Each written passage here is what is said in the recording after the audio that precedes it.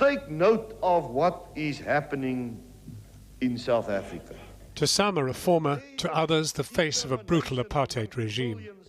F.W. de Klerk, South Africa's last white president, died today at his home in Cape Town at the age of 85.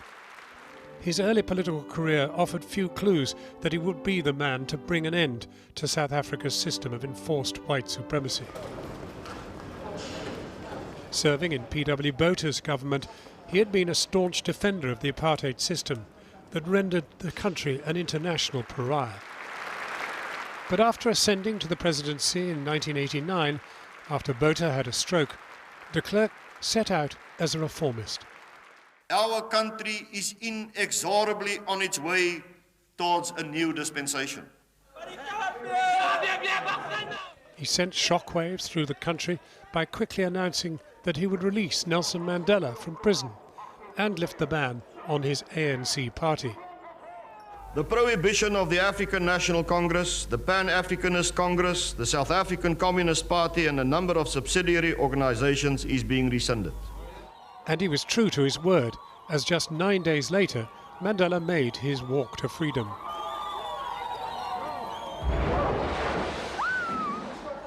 Years of violence followed as negotiations over democratic reforms dragged on.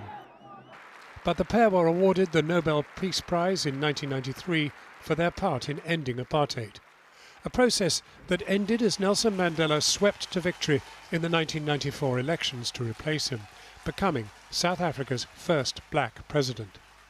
I interviewed de Klerk shortly before those elections, and he said he'd always set out to end apartheid. Have been given the opportunity to achieve my goals. What is happening today and tomorrow and day after tomorrow is exactly what I promised. But for many, his legacy is more complicated. Pallo Jordan served in Mandela's first ANC cabinet. I spoke to him earlier and asked him how de Klerk would be judged as he reached the pearly gates. Well, I'm an agnostic, so I don't believe in pearly gates. But if pearly gates there are, I think St. Peter will have some very hard questions for him. Well, whether he'll admit him or not after that, I don't know.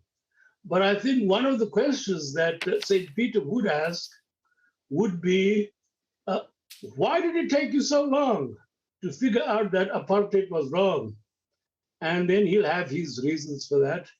And then after that, St. Peter would ask, why during those 4 years of transition between 1990 and 94, when there was all that violence, you did nothing about it? More lives were lost in that 4 years than in the 30 years preceding that, during which there was an armed struggle. I don't know how to answer that one.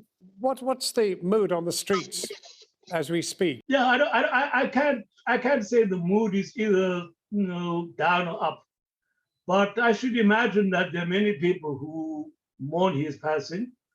There might be others, of course, who are celebrating it. Former South African Minister Pallo Jordan.